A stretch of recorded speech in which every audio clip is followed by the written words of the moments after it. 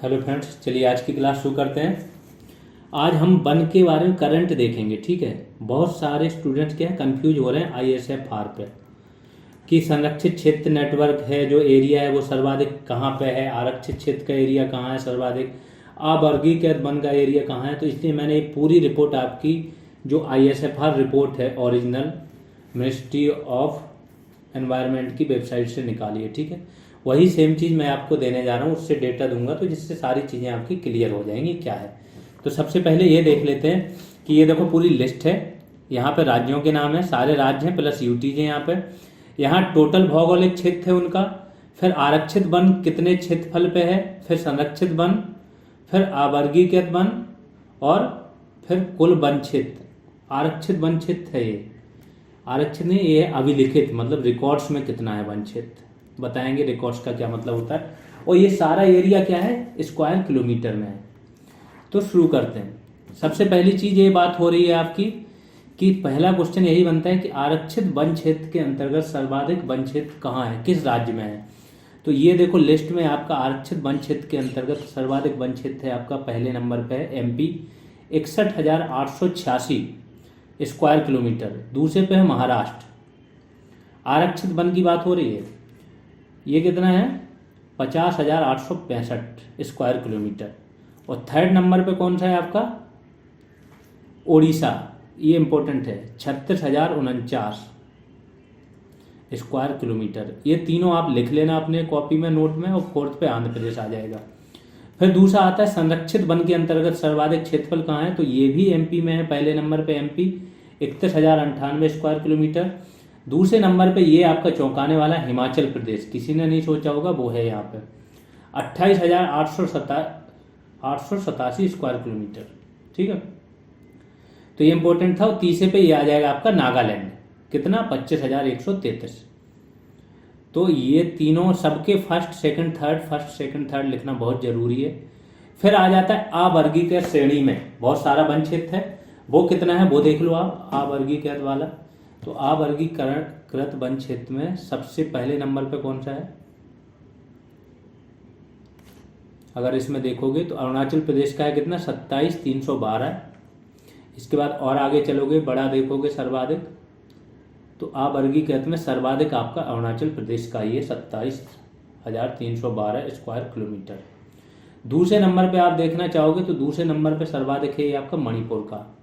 तो इसको note down कर लेना कि अवर्गीकृत वन क्षेत्र में सर्वाधिक किसका है, अरुणाचल प्रदेश का 27,312 स्क्वायर किलोमीटर, फिर है मणिपुर का। फिर आ जाते हैं हम रिकॉर्ड्स कि कुल रिकॉर्ड्स बन अभिलिखित जिसको बोलते हैं, अभिलिखित इसका मतलब जो रिकॉर्ड्स में, गवर्नमेंट के रिकॉर्ड्स में, तो वो भूमि जो वन भूमि होती है वो गवर्नमेंट के रिकॉर्ड में दर्ज होती है। वहां पे इस टाइम चाहे वन हो, वृक्ष हो या ना हो, वो आपकी वन भूमि कहलाएगी या अभिलिखित वन कहलाते हैं, क्योंकि ये रिकॉर्ड्स में कागजों में दर्ज है। तो कागजों में दर्ज भी सर्वाधिक क्षेत्रफल कहाँ है आपका, MP में फर्स्ट नंबर पे 94,689।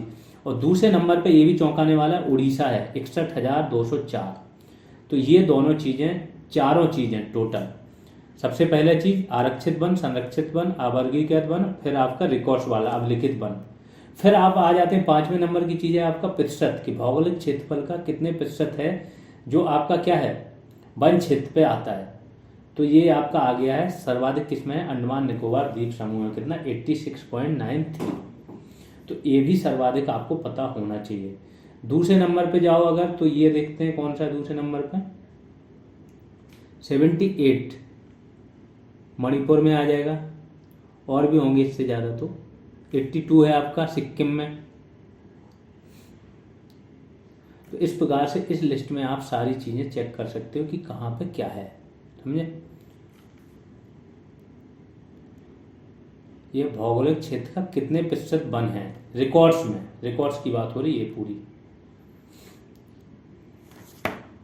तो रिकॉर्ड्स में वैसे मिजोरम का लोग बहुत बोलते हैं कि मिजोरम काफ़ी आगे है, बट रिकॉर्ड्स में मिजोरम में उतने ज़्यादा वन क्षेत्र नहीं है। रिकॉर्ड्स की में केवल 35% भूमि पे है, और नॉर्मली अगर बड़े राज्यों में देखो तो आपका मिजोरम में सबसे ज़्यादा है। ठीक है, तो ये पूरी रिपोर्ट होगी। अब आगे इससे रिलेटेड पूरे करंट देख लेते हैं कि क्या है। तो 17वीं भारत वन स्थिति रिपोर्ट 2021 जारी हो चुकी थी, सबको पता है इसके बारे में। कौन जारी करता है कि पर्यावरण, वन एवं जलवायु परिवर्तन मंत्रालय द्वारा, और इसके तहत जारी होती है, इसके नाम से जारी होती है, लेकिन ये सर्वे कौन करता है? भारतीय वन सर्वेक्षण। 2 वर्षों पर ये क्या होती है? प्रकाशित होती है। सर्वप्रथम यह 1987 में प्रकाशित की गई थी और ये 17वीं रिपोर्ट है, ये जो आई थी 2021 वाली। सुदूर संवेदी उपग्रह है रिसोर्स सेट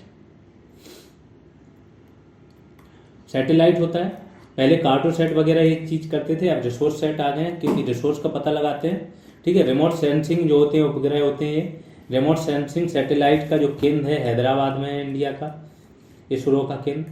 तो रिमोट सेंसिंग जो सैटेलाइट्स होते हैं वो ये सारी चीज़ों का, संसाधनों का ये सब करते हैं, सर्वे वगैरह करते हैं। भारत राष्ट्रीय वन नीति 1988 में यह लक्ष्य रखा गया था कि देश के कुल भूभाग का कितना 33% वन जो है भाग होगा वो वन क्षेत्र होगा।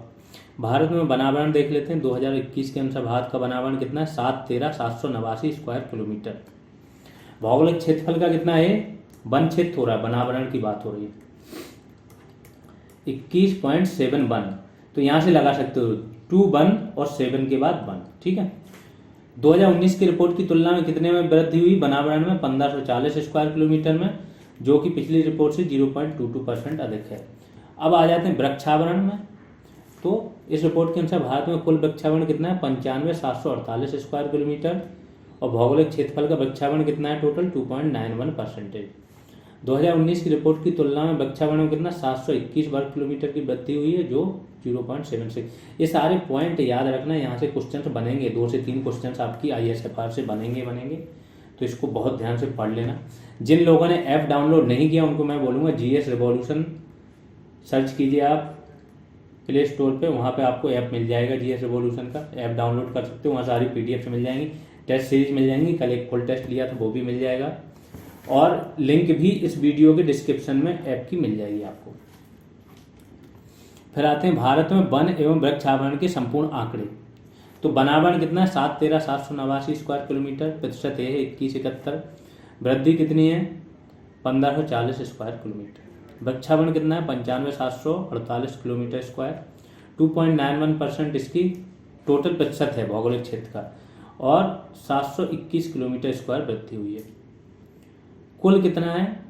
8,09,537 किलोमीटर स्क्वायर, 24 पॉइंट, अब यहाँ 2 स्टार्टिंग में आ रहा है तो 24.62 किलोमीटर स्क्वायर, नहीं ये परसेंटेज है, और किलोमीटर स्क्वायर कितना है आपका? 8,09,537, और वृद्धि कितनी हुई? 2261 किलोमीटर स्क्वायर। अब आ जाते हैं क्षेत्रफल के अनुसार सर्वाधिक वन आवरण वाले राज्य देख लो कि सर्वाधिक वन आवरण क्षेत्रफल के अनुसार। तो प्रथम पे मध्य प्रदेश है 77,493 स्क्वायर किलोमीटर, द्वितीय पे अरुणाचल प्रदेश है 66,431, और फिर छत्तीसगढ़ है। लेकिन अगर अति सघन वन की बात करो तो आपका अरुणाचल प्रदेश में ज़्यादा होगा। ठीक है, हरियाणा में कितना है? 1603 स्क्वायर किलोमीटर, सर्वाधिक, ये सबसे कम वाले हैं वन क्षेत्र वाले। दूसरे नंबर पे पंजाब है, कुछ लोग पंजाब कर रहे थे, नहीं, पंजाब दूसरे नंबर पे सर्वाधिक कम क्षेत्रफल में, और गोवा तीसरे नंबर पे। सर्वाधिक वनावरण में वृद्धि करने वाले राज्य देख लो कौन से हैं। आंध्र प्रदेश में कितना है? 647 स्क्वायर किलोमीटर, तेलंगाना में 632, और उड़ीसा में 537। अगर प्रतिशत में बोलो तो तेलंगाना फर्स्ट पे। अगर प्रतिशत वृद्धि की बात करो तो तेलंगाना आपका क्या है? पहले पे आ जाएगा, तो इसमें कंफ्यूज मत होना। फिर सर्वाधिक वनावरण में नुकसान करने वाले राज्य ये सारे नॉर्थ ईस्ट के होंगे, क्योंकि यहाँ ऑलरेडी 70 से 75% भूमि पे क्या है? वन है, तो काट रहे हैं वे लोग। ठीक, तो अरुणाचल प्रदेश में 257 स्क्वायर किलोमीटर, मणिपुर में 249 स्क्वायर किलोमीटर, और नागालैंड में 235 स्क्वायर किलोमीटर।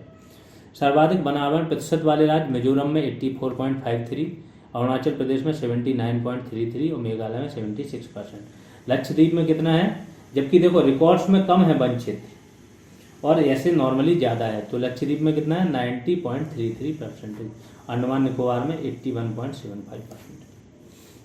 अब आ जाते हैं भारत में घने एवं खुले वन के आंकड़े। तो घने, बहुत घने वन, वेरी डेंस फॉरेस्ट, जहाँ 70% से ज़्यादा डेंसिटी हो, तो वो कितने हैं? सर्वाधिक कहाँ है? अरुणाचल प्रदेश में 21,095 वर्ग किलोमीटर। मध्यम रूप से घने हैं जो 40 से 70 के बीच में डेंसिटी वाले, वो कहाँ है? MP में 34,341 वर्ग किलोमीटर, और खुले वन भी मध्य प्रदेश में सर्वाधिक हैं, जो 10 से 40 के बीच में होती है, जिसकी डेंसिटी वो है 36,465 स्क्वायर किलोमीटर। बाघ अभ्यारण्य में वन क्षेत्र कितना है? 55,666.27 स्क्वायर किलोमीटर। जो देश के कुल वन क्षेत्र का कितना है, केवल 7.8% है। टाइगर रिजर्व के कुल क्षेत्र का कितना है, 74.51। देश में बाघ अभ्यारण्य लगभग 74,710.53 वर्ग किलोमीटर क्षेत्र में फैले हुए हैं, जो भारत के कुल भौगोलिक क्षेत्रफल का कितना है, 2.27% है। क्षेत्रफल के अनुसार सबसे बड़ा वन क्षेत्र कौन सा, नागार्जुन सागर श्रीशैलम। ये टाइगर रिजर्व की बात हो रही सारी। कहाँ है, 2932 स्क्वायर किलोमीटर में फैला है।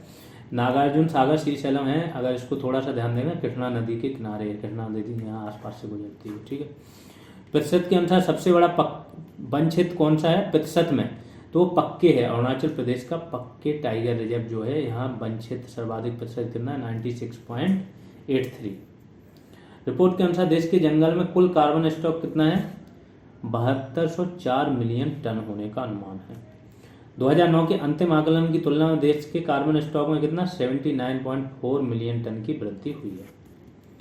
अब आ जाते हैं मैंग्रोव वनस्पति क्षेत्र। वन स्थिति रिपोर्ट 2021 के अनुसार देश में कुल मैंग्रोव या कच्छ वन कितने, 4,992 किलोमीटर स्क्वायर, जो देश के कुल भौगोलिक क्षेत्रफल का कितना है, 0.15% ही है। 2019 की तुलना में मैंग्रोव क्षेत्रफल में कितनी वृद्धि हुई, 17 स्क्वायर किलोमीटर। प्रथम स्थान पे मैंग्रोव में देख लो सबका, पश्चिम बंगाल, द्वितीय गुजरात, तीसरे पे ANN अंडमान एंड निकोबार द्वीप समूह। पश्चिम बंगाल में कितना है, 2114 किलोमीटर स्क्वायर। द्वितीय स्थान पे गुजरात है 1175 स्क्वायर किलोमीटर, और तीसरे अंडमान निकोबार द्वीप समूह 616 स्क्वायर किलोमीटर।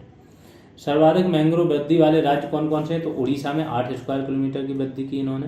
दूसरे में महाराष्ट्र 4 स्क्वायर किलोमीटर, तीसरी कर्नाटक। बहुत सारे लोग इसी में ही कंफ्यूज होकर, मैं देख रहा था 10-15 दिन से इसी में ही लगे रहते थे, एक क्वेश्चन लाते थे वो, तो यहाँ आपके सारे डाउट्स का सॉल्यूशन मिल जाएगा, आराम से इसको पढ़ लेना। स्वतंत्रता के पश्चात, स्वतंत्रता के 75वें वर्ष में भारत के कितने टोटल रामसर स्थल हो गए, 75।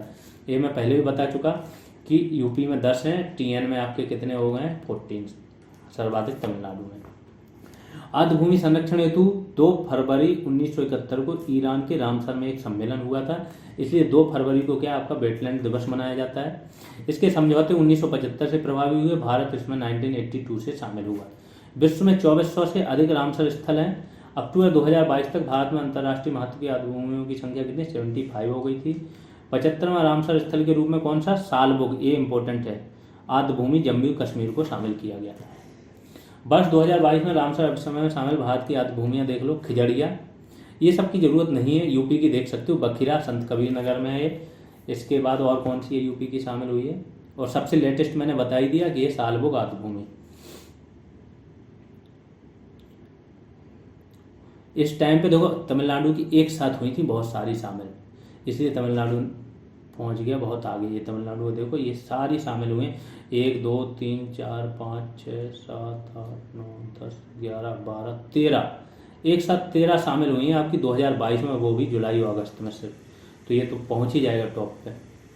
जब राज्य प्रयास करते हैं अपने लिए, और इसी को ही बोलते हैं कॉम्पिटिटिव फेडरलिज्म, संघात्मक। आगे आते हैं, यूनाइटेड किंगडम के पास कितनी है रामसर साइट्स, 175 से अधिक रामसर स्थल है इस सूची में शामिल है, ठीक है। रामसर सूची में शामिल होने वाले प्रथम ऑस्ट्रेलिया का कौन सा है, कोबोर्ग प्रायद्वीप प्रथम स्थल है। कब हुआ थे शामिल, 1974 में। भारत के पहले रामसर स्थल के रूप में शामिल आर्द्रभूमि कौन थी, चिल्का झील, और ये बाद में कहाँ चली गई थी, मॉन्टेक्स रिकॉर्ड में भी गई थी, फिर निकल आई। भारत का सबसे बड़ा आर्द्रभूमि स्थल कौन सा, सुंदरलैंड वेटलैंड, सुंदरवन वेटलैंड, यहाँ सुंदरी नामक वृक्ष पाया जाता है, सबको पता है, पश्चिम बंगाल में। इसका क्षेत्रफल देखो कितना है, 2549 वर्ग किलोमीटर क्षेत्र आर्द्रभूमि है। भारत का सबसे छोटा आर्द्रभूमि स्थल कौन सा है, रेणुका वेटलैंड, हिमाचल प्रदेश में। भारत का पहला कृत्रिम आर्द्रभूमि स्थल कौन सा है, Harike barrage. Kanha tiger reserve में सबसे अधिक 461 आर्द्रभूमियां, ये सारी डिटेल है यहाँ पे, जिनमें से अधिकांश 2.25 हेक्टेयर से कम आकार की हैं। भारत में सर्वाधिक रामसर स्थल तमिलनाडु में, दूसरे स्थान पे यूपी है 10। भारत के कुल 75 रामसर स्थल कितना, 13,26,677 हेक्टेयर में फैले हुए हैं। वर्ष 2014 से 2022 तक देश के रामसर स्थलों की सूची में 49 नई आर्द्रभूमि जोड़ी गई। सबसे पहले कितनी थी? 75 हो गया है, तो 26 ही थी केवल। 29 जुलाई 2019 को प्रकाशित बाघ रिपोर्ट जो है, ये पहले वाली है, जो लेटेस्ट हुई है वो आपकी क्या हुई? लैंडस्केप वाइज इन्होंने आंकड़े जारी किए, 5 लैंडस्केप बना दिए। एक आपका जैसे नीलगिरी वाला, दक्षिण वाला, सेंट्रल वाला, हिमालयन वाला, ठीक है। उन लैंडस्केप में इन्होंने बाघों का बता दिया कि यहाँ इतनी संख्या है, लेकिन राज्यवार आंकड़े नहीं दिए हैं अभी कि किस राज्य में कितने हैं। केवल देश का बता दिया कि 3167 देश में हो गए हैं, बाघों की संख्या बढ़ गई है 200 से, पहले 2967 थे। तो अभी राज्यवार आंकड़े आएंगे तो पुराने से ही क्वेश्चन बनेंगे। तो एमपी में कितने थे? सर्वाधिक थे 526, फिर कर्नाटका में थे दूसरे नंबर पे 524। ये दुनिया का सबसे बड़ा कैमरा ट्रैप वाइल्डिंग सर्वेक्षण के कारण बाघ गणना 2018 गिनीज वर्ल्ड रिकॉर्ड में शामिल हुआ। जिम कॉर्बेट जो टाइगर रिजर्व है, देश के सर्वाधिक बाघ कहाँ? 266 टोटल इसको यूज करते हैं, ध्यान रखो। तो ये सर्वाधिक बाघ यहीं पे है, सर्वाधिक डेंसिटी भी यहीं पे ही है। कुछ लोग काजीरंगा में कंफ्यूज हो रहे हैं बार बार। देश के 3 अभ्यारण्य डाम्फा अभ्यारण्य, अच्छा टाइगर रिजर्व में एक और बता रहा हूँ, कुछ लोग इसमें कंफ्यूज हैं कि सर्वाधिक छोटा बोर है। ध्यान रखो, बोर से कम अगर जाओगे तो आपका जो ओवरऑल एरिया है, buffer plus core plus buffer, अगर सर्वाधिक कम देखोगे तो आपको मिलेगा एक तो अमनगढ़। लेकिन अमनगढ़ क्या है? इसी का जो आपका जिम कॉर्बेट है, इसका क्या है? बफर है। तो अपने आप में ये अलग से तो वो है नहीं अमनगढ़, तो ये माना नहीं जाएगा। फिर दूसरे नंबर पे आप देखोगे ओवरऑल एरिया आपका किसका है? नामेरी का, जिसमें कोर प्लस बफर। लेकिन अगर आप अकेला कोर देखोगे, कोर एरिया सर्वाधिक कम किसका है? तो फिर ओरांग आ जाएगा। उसमें आपका बोर तो कहीं लग ही नहीं रहा है, ठीक है, तो बोर नहीं होगा। अगर ओवरऑल एरिया सर्वाधिक कम देखोगे कोर प्लस बफर में, तो नामेरी है। और कोर एरिया देखोगे सर्वाधिक कम, तो वो है ओरांग का। ओवरऑल पूछा जाता है तो नामेरी ही आएगा। अब आ जाते हैं देश के 3 अभ्यारण्य, डाम्फा अभ्यारण्य, बुक्सा अभ्यारण्य और पलामू अभ्यारण्य में कोई बाघ नहीं बचा है। ये इंपॉर्टेंट फैक्ट है, इसको याद कर लेना। 3 अभ्यारण्य है, इनमें कोई भी बाघ नहीं है। भारत में कुल बाघ की आबादी का 63% टाइगर रिजर्व में रहते हैं ये। और विश्व के कुल बाघ की आबादी 70%, अब तो ज़्यादा हो गई, 75% के आसपास भारत में बाघ रहते हैं। टोटल 4000 हैं, भारत में 3100 कुछ रहते हैं। State of the world forest report 2022, ठीक है, ये इंपॉर्टेंट रिपोर्ट है। संयुक्त राष्ट्र के कौन? संयुक्त राष्ट्र खाद्य और कृषि संगठन, इसका मुख्यालय कहाँ है? आपका इटली में। द्वारा प्रति 2 वर्ष पे जारी की जाती है। 1990 से 2020 के बीच 420 मिलियन हेक्टेयर वन नष्ट हो गए हैं। ये इंपॉर्टेंट रिपोर्ट है। 30 वर्षों में 10.34% वन में कमी हुई है। 2015 से 2020 के बीच हर साल 10 मिलियन हेक्टेयर वन नष्ट हो रहे हैं, इतने हर साल नष्ट हो रहे हैं। विश्व में कुल वन क्षेत्र में 4.06 बिलियन हेक्टेयर है कुल वन क्षेत्र जो है, जो पृथ्वी के कुल भौगोलिक क्षेत्र का 31% कवर करती है। तो विश्व के जो पृथ्वी के कुल भौगोलिक क्षेत्र की बात हो रही है, जिसमें समुद्र वगैरह सब आ जाते हैं। इस रिपोर्ट के अनुसार 140 से अधिक देशों के द्वारा 2030 तक वन हानि को समाप्त करने की घोषणा की गई है। ये इसमें समुद्र वगैरह नहीं आएगा, आई थिंक 31% टोटल भौगोलिक क्षेत्र है। समुद्र अकेला 70% तो समुद्र ही कवर कर रहा है, तो मतलब ही नहीं बनता। ठीक है, पर्यावरण की रक्षा के लिए 20 अक्टूबर 2022 को प्रधानमंत्री नरेंद्र मोदी ने केवड़िया में मिशन लाइफ नहीं है, लाइफ था, ठीक है, लाइफ अकॉर्डिंग टू एनवायरनमेंट, ये शुरू किया था केवड़िया, गुजरात के केवड़िया, जहाँ सरदार सरोवर डैम है और वहीं पर सरदार जी की स्टैच्यू ऑफ यूनिटी बनी हुई है। आईएसए की तीसरी असेंबली की आवासीय बैठक, भारत और फ्रांस को 2 साल के लिए पुनः सह अध्यक्ष चुना गया। तो ये तो चुना ही जाएगा, यही 2 मेन है। नामीबिया से लाकर कुनो राष्ट्रीय उद्यान में रखे गए चीतों की निगरानी के लिए पर्यावरण मंत्रालय ने एक 9 सदस्यीय टास्क फोर्स का गठन किया। लाइफ स्टाइल फॉर एनवायरनमेंट, यही जो लाइफ है आपका मिशन के तहत अग्नि तत्व अभियान का पहला सम्मेलन लेह में आयोजित किया गया। छत्रपति शिवाजी महाराज अंतर्राष्ट्रीय हवाई अड्डा मुंबई पूरी तरह हरित ऊर्जा में बदल गया है, जो अपनी 95% ऊर्जा आवश्यकता के यहाँ हाइड्रो एवं पवन ऊर्जा और 5% सौर ऊर्जा से प्राप्त करता है। दिल्ली मैंने बताया था प्रथम है, जो क्या है आपका हाइब्रिड ऊर्जा से चलता है पूरी तरह, मतलब जिसमें आपका जल विद्युत ऊर्जा भी आ जाएगा, सौर ऊर्जा भी आ जाएगा। मध्य प्रदेश वन्यजीव बोर्ड द्वारा एक नए tiger reserve, Durgavati tiger reserve को स्थापना की मंजूरी दी गई। इसमें भी जल विद्युत में जो लघु जल विद्युत होते हैं ना, उनको रिन्यूएबल बोला जाता है। जो बड़े वाली जल विद्युत परियोजना होती है वो रिन्यूएबल एनर्जी सोर्स में नहीं आती। मध्य प्रदेश वन्यजीव बोर्ड द्वारा एक नए टाइगर रिजर्व कौन सा? Durgavati tiger reserve. हरियाणा के गुरुग्राम में 10,000 एकड़ में दुनिया का सबसे बड़ा जंगल सफारी पार्क विकसित किया जाएगा। ये बहुत इंपॉर्टेंट फैक्ट है। पश्चिम बंगाल के दार्जिलिंग में स्थित Padmaja Naidu Himalayan zoological park को देश का सबसे अच्छे चिड़ियाघर घोषित किया गया। पार्क का नाम सरोजिनी नायडू की बेटी के नाम पर रखा गया। यह पार्क गंभीर रूप से संकटग्रस्त भेड़िया एवं लाल पांडा के लिए प्रसिद्ध है। गुजरात के एकता नगर में पर्यावरण मंत्रियों का सम्मेलन आयोजित किया गया, जिसका उद्घाटन किसने? पीएम मोदी ने किया था। पुदुचेरी में समुद्री तट की सफाई के लिए स्वच्छ सागर सुरक्षित सागर अभियान शुरू किया गया, जिसमें केंद्रीय पर्यावरण वन एवं जलवायु परिवर्तन मंत्री है जो भूपेंद्र यादव, इन्होंने भाग लिया था। दिल्ली के उपराज्यपाल विनय कुमार सक्सेना ने यमुना नदी के पास बैम्बू थीम पार्क बांसेरा की नींव रखी। इस पार्क में असम से लाए गए 25,000 से अधिक किस्म के बांस के पौधे होंगे। तमिलनाडु सरकार ने राज्य के जिलों में जिला जलवायु परिवर्तन मिशन की शुरुआत की। केरल ने भारत का पहला राज्य स्तरीय बर्ड एटलस, इस फैक्ट को मैं पहले भी बता चुका हूँ कि राज्य स्तरीय जो है ना बर्ड एटलस, जलवायु परिवर्तन कार्य योजना, ये सब काम साउथ में ही हो रहे हैं। ठीक है। मध्य प्रदेश के जबलपुर के लम्हेटा में भारत का पहला भूवैज्ञानिक उद्यान का उद्घाटन किया जाएगा। इस पार्क के निर्माण से भूवैज्ञानिक विरासत के संरक्षण को बढ़ावा मिलेगा। गुजरात के सुंदरवन मिनी चिड़ियाघर ने जानवरों को वित्तीय सहायता प्रदान करने के उद्देश्य से एडॉप्ट एन एनिमल पहल शुरू की। दक्षिण अमेरिकी देश पेरू ने तटीय क्षेत्रों में तेल के रिसाव के कारण, ये इमरजेंसी लग गई थी यहाँ पे देखना, पर्यावरणीय आपातकाल घोषित किया। पेरू तट के पास स्पेनिश ऊर्जा फर्म रेपसोल से 6,000 बैरल कच्चे तेल का रिसाव हुआ था, ये मैं बता रहा हूँ। दक्षिण अमेरिका का भी इसी प्रकार से ही स्ट्रक्चर है। ठीक है, तो ये है आपका क्या? पेरू वाला क्षेत्र। यहाँ के तट पे क्या है? गुआनो नामक एक चिड़िया पाई जाती है जो क्या करती है? बीट, इसकी जो बीट होती है वो उससे फास्फोरस छोड़ती है। फास्फोरस के यहाँ पे बड़े बड़े पहाड़ इकट्ठे हो गए। ठीक है, फास्फोरस का उपयोग क्या होता है? उर्वरक में होता है और भी बहुत सारे उद्योगों में होता है, बहुत एसेंशियल पदार्थ है। और यहीं तट पे क्या हुआ था? एक जहाज गया था, यही जहाज स्पेनिश जहाज है रेपसोल, तो इसके जहाज में 6,000 बैरल कच्चे तेल का रिसाव हो गया था। तो आसपास जितनी भी जैव विविधता है, प्राणीगत विविधता है, उसको क्या है? नुकसान पहुंच रहा था। तो इन्होंने फिर इमरजेंसी लगा दी थी। हिमाचल प्रदेश के कुफरी में पर्यटन को बढ़ावा देने के उद्देश्य से देश का पहला स्की पार्क स्थापित किया गया। इस पार्क में 5 स्टार होटल वगैरह ये सब सुविधाएं मिलेंगी, कोई बड़ा इंपॉर्टेंट चीज़ नहीं। उत्तराखंड वन विभाग के रिसर्च विंग द्वारा रानीखेत में देश के पहले वन चिकित्सा केंद्र का उद्घाटन किया गया। वन चिकित्सा केंद्र इंपॉर्टेंट है, तो कहाँ हुआ? उत्तराखंड में हुआ, रानीखेत में। ये पुराना करंट है। उत्तराखंड के देहरादून में भारत के पहले क्रिप्टोगेमिक गार्डन का उद्घाटन किया गया था। ये बहुत इंपॉर्टेंट करंट हो सकता है यहाँ से ये लोग दे दें क्वेश्चन। इस गार्डन में लाइकेन, शैवाल, कवक आदि की प्रजातियां पाई जाएंगी।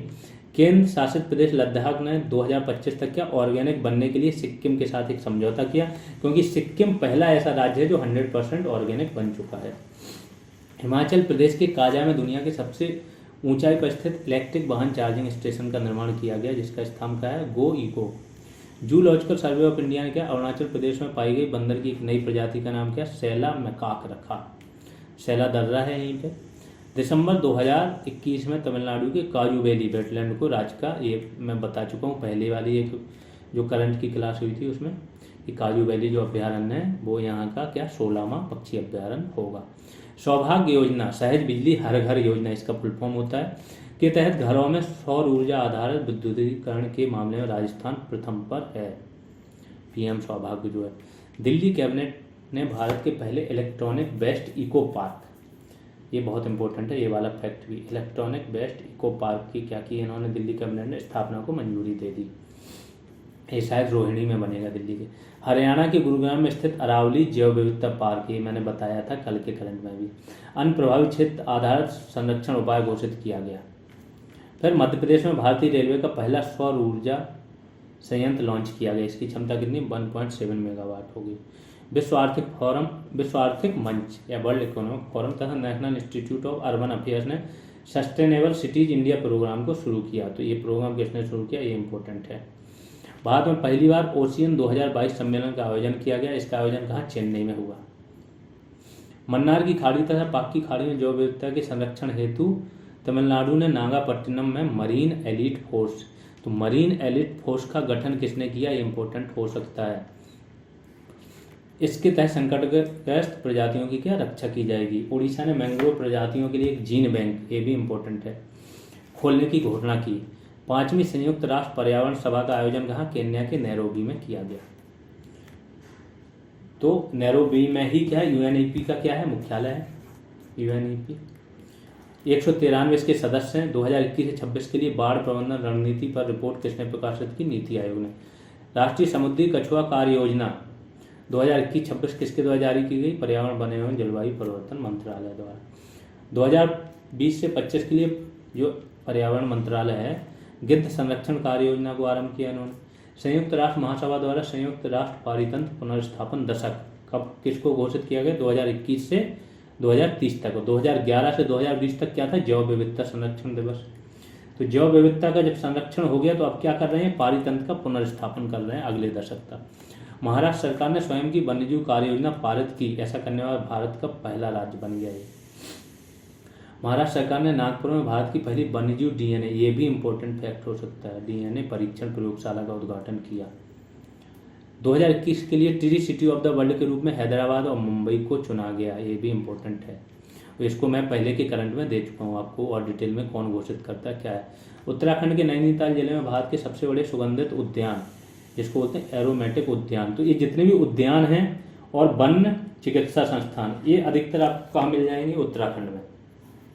समुद्री जलस्तर बढ़ने के कारण दक्षिण कोरिया में दुनिया का पहला तैरता हुआ शहर निर्माण किया जा रहा है, जो 2025 तक पूरा हो सकता है। सितंबर 2021 में किन दो देशों के बीच climate action for finance mobilisation dialogue launch किया गया, भारत और अमेरिका, ये भी इंपॉर्टेंट है। भारत की तरफ से पर्यावरण मंत्री जो थे भूपेंद्र यादव, इन्होंने हिस्सा लिया। हवा से CO2 को सोखने वाला दुनिया का सबसे बड़ा प्लांट कहाँ, आइसलैंड में बनाया गया। फिर भारत का पहला डुगोंग संरक्षण रिजर्व कहाँ स्थापित किया जाएगा, तमिलनाडु के पूर्वी तट या पाक की खाड़ी में। राष्ट्रीय स्वच्छ वायु कार्यक्रम की प्रगति को ट्रैक करने के लिए भारत के पर्यावरण मंत्री भूपेंद्र यादव ने किस पोर्टल को लॉन्च किया, ये इंपॉर्टेंट है, प्राण पोर्टल। प्लास्टिक समझौता शुरू करने वाला पहला एशियाई देश भारत। भारत के सबसे ऊंची हर्बल पार्क चमोली जिला, ये देखो पार्क वाला जितना भी मिलेगा आपको उत्तराखंड में ही मिलेगा। कूलिंग एक्शन प्लान को लॉन्च करने वाला पहला देश भारत, NCAP लॉन्च किया था, नेशनल कूलिंग एक्शन प्लान। इसके बाद अगस्त 2021 में थाईलैंड ने कोरल मूंगों की चट्टान को नुकसान पहुंचाने वाले सनस्क्रीन पर प्रतिबंध लगा दिया। जो आप सनस्क्रीन लगाते हो धूप से बचने के लिए, वो मूंगे की चट्टानों को क्या नुकसान पहुंचाते हैं।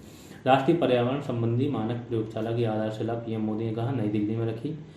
राजस्थान के रेगिस्तान में हरित आवरण बढ़ाने के लिए प्रोजेक्ट बोल्ड को किसने लॉन्च किया, KVIC, खादी ग्रामोद्योग बोर्ड ऑफ इंडिया, और किसके साथ मिलके, बॉर्डर सिक्योरिटी फोर्स। इसके तहत जैसलमेर के तनोट गांव में, यहाँ तनोट देवी का मंदिर भी है, जहाँ पर कई बम गिरे थे लेकिन कोई फूटा नहीं था जब पाकिस्तान से युद्ध हुआ था। 27 जुलाई 2021 को BSF ने KVIC के साथ मिलकर 1000 बांस के पौधे लगाए। राष्ट्रीय डॉल्फिन अनुसंधान केंद्र कहाँ स्थापित किया जाएगा, पटना में। गंगा नदी डॉल्फिन के लिए भारत की प्रथम वेधशाला कहाँ स्थापित की गई थी, बिहार में, भागलपुर में। ठीक है, भागलपुर के बारे में और हिस्ट्री में बहुत सारे फैक्ट हैं। यहाँ पे विक्रमशिला विश्वविद्यालय हुआ करता था, सिल्क सिटी है ये बिहार की। दिल्ली के कनॉट पैलेस में भारत का पहला कार्यात्मक स्मोक टावर, जैसे लास्ट क्लास हुई थी उसमें मैंने आपको शायद आनंद विहार बताया है, लेकिन इसमें थोड़ा वो कर लेना कि पहला जो शुरू हुआ था जो कार्यात्मक था वो आपका यही था, कनॉट पैलेस, फिर आनंद विहार। जून 2021 में जारी एक अध्ययन के अनुसार विश्व में सबसे ज़्यादा किस्म की तितली का घर कहाँ है, कोलंबिया। भारत के किस राज्य में तीनों प्रजातियों के मगरमच्छ पाए जाते हैं, ओडिशा। वाल्मीकि टाइगर रिजर्व, बिहार सरकार ने कैबिनेट की बैठक का आयोजन किया। इस टाइगर रिजर्व में बिहार सरकार ने अपनी कैबिनेट का आयोजन किया था, तो इसलिए। और भारत का ये मैं बता चुका लास्ट करंट के वीडियो में कि पराग जो है कण, उसका कैलेंडर कौन जारी करेगा, तो कैलेंडर जारी करेगा आपका PGIMR चंडीगढ़। और पराग कण पार्क की फिर बात होगी तो फिर से ये उत्तराखंड हो जाएगा, पॉलिनेटर पार्क इसको बोलते हैं इंग्लिश में। भारत के किस बांध पर 600 मेगावाट की फ्लोटिंग ऊर्जा परियोजना निर्माण, ये इंपॉर्टेंट नहीं है, ये अभी इंपॉर्टेंट नहीं है। अब सारी चीज़ें, समुद्री शैवाल पार्क ये आ गया, ये कहाँ है, तमिलनाडु में। और भारत का पहला वेटलैंड संरक्षण और प्रबंधन केंद्र किस शहर में स्थापित किया जाएगा, चेन्नई में। फिर अम्बोली जैव विविधता विरासत स्थल किस राज्य में स्थापित, अम्बोली है ही महाराष्ट्र में, तो वहीं पर होगा। फिर किस देश में पर्यावरण क्षति करने वाले व्यक्ति को दंडित करने के लिए इकोसाइड बिल लाया गया? फ्रांस। उत्तराखंड के उत्तरकाशी में भारत का पहला हिम तेंदुआ संरक्षण केंद्र स्थापित किया गया। उत्तराखंड के मनुस्यारी में प्रथम लाइकेन पार्क स्थापित किया गया। तो जितने भी पार्क हैं वो देख रहे हो आप कहाँ, पार्क या गार्डन उत्तराखंड में ही बन रहे हैं। पन्ना टाइगर रिजर्व को बायोस्फीयर रिजर्व के विश्व नेटवर्क में शामिल किया। लेकिन एक बार ये देख लें, ऐसा नहीं मैं बोल रहा हूँ तो फिर आप केवल उत्तराखंड रट के चले जाओ, उसी को मार दो। एक बार सारे देख लें कौन कौन से। पन्ना टाइगर रिजर्व को बायोस्फीयर रिजर्व के विश्व नेटवर्क में शामिल किया गया। 12वां बायोस्फीयर रिजर्व हुआ। वर्तमान में 18 टोटल हैं भारत में, और MAB में कितने शामिल हुए? 12। ये हो गया। अब हल्का सा भारत के वन संसाधन और बनाम विश्व, ये भी एक इम्पोर्टेंट फैक्ट है आपके लिए। 5 वर्षों में एक बार किए जाने वाला ये वो था सर्वे। इसमें देखो सर्वाधिक वन कहाँ है? रशियन फेडरेशन पहले नंबर पे है। कितना है? विश्व के वन क्षेत्र का 20% वन क्षेत्र तो सिर्फ रशिया में है। और इस रशिया का जो टोटल क्षेत्रफल है उसके कितना है? 49.8% भाग पे, मतलब आधे भाग पे वन है।